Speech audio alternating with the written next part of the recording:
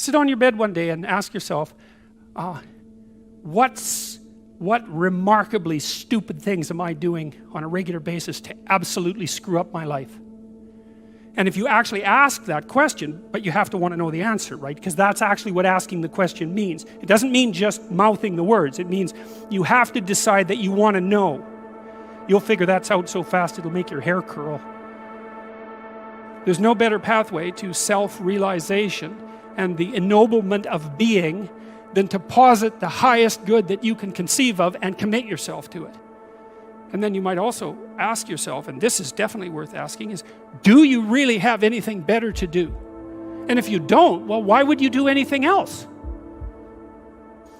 If you orient yourself properly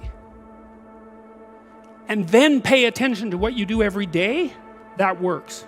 And I actually think that that's in accordance with what we have come to understand about human perception, because what happens is that the world shifts itself around your aim. Because you're a creature that has an aim. You have to have an aim in order to do something. You're an aiming creature. You look at a point and you move towards it. It's built right into you. And so you have an aim. Well, let's say your aim is the highest possible aim. Well then, so that sets up the world around you. It organizes all of your perceptions. It organizes what you see and you don't see. It organizes your emotions and your motivations. So you organize yourself around that aim, and then what happens is the day manifests itself as a set of challenges and problems, and if you solve them properly, then you stay on the pathway towards that aim. And you can concentrate on the day. And so that way you get to have your cake and eat it too, because you can point into the distance, the far distance, and you can live in the day. And it seems to me that that makes every moment of the day supercharged with meaning. That's how, because if everything that you're doing every day is related to the highest possible aim that you can conceptualize, well, that's the very definition of the meaning that would sustain you in your life. Well, and then the issue is, well, back to Noah. Well, all hell's about to break loose and chaos is coming. It's like when that's happening in your life, you might want to be doing something that you regard as truly worthwhile. Because that's what will keep you afloat when everything is flooded. And you don't want to wait until the flood comes to start doing that, because if your ark's half built and you don't know how to captain it, the probability is very high that you'll drown. Ask and it shall be given you. Seek and ye shall find. Knock and it shall be opened unto you. For everyone that asketh receiveth, and he that seeketh findeth, and to him that knocketh it shall be opened. That sounded pretty optimistic again. But again, I think it's a description of the structure of existential reality, and by which I mean, when I'm in my clinical practice and I observe, and this is also the case with my students, is let's say people's lives aren't what they would like them to be. And so then you ask, why? Well, forget about tragedy and catastrophe, because that's self-evident, and we're not going to discuss that.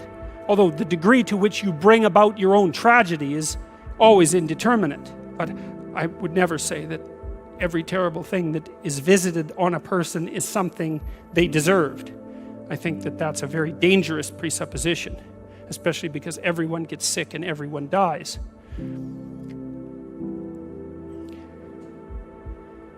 But one of the main reasons that people don't get what they want is because they don't actually figure out what it is. And the probability that you're going to get what would be good for you, let's say, which would even be better than what you want, right? Because, you might be wrong about what you want easily. But maybe you could get what would really be good for you. Well, why don't you? Well, because you don't try. You don't think, okay, here's what I would like if I could have it. And I don't mean in a way that you manipulate the world to force it to deliver you goods for status or something like that. That isn't what I mean.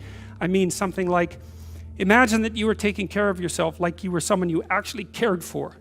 And then you thought, okay, I'm caring for this person. I would like things to go as well for them as possible. What would their life have to be like in order for that to be the case? Well, people don't do that. They don't sit down and think, all right, let's figure it out. You've got a life. It's hard, obviously. It's like 3 years from now, you can have what you need. You got to be careful about it. You can't have everything. You can have what would be good for you, but you have to figure out what it is, and then you have to aim at it. Well, my experience with people has been if they figure out what it is that would be good for them, and then they aim at it, then they get it. And it's strange because it's a strange thing. It's not quite that simple because, you may formulate an idea about what would be good for you, and then you take 10 steps towards that, and you find out that your formulation was a bit off, and so you have to reformulate your goal. So you're kind of going like this as you move towards the goal. But a huge part of the reason that people fail is because they don't ever set up the criteria for success. And so since success is a very narrow line and very unlikely, the probability that you're going to stumble on it randomly is 0.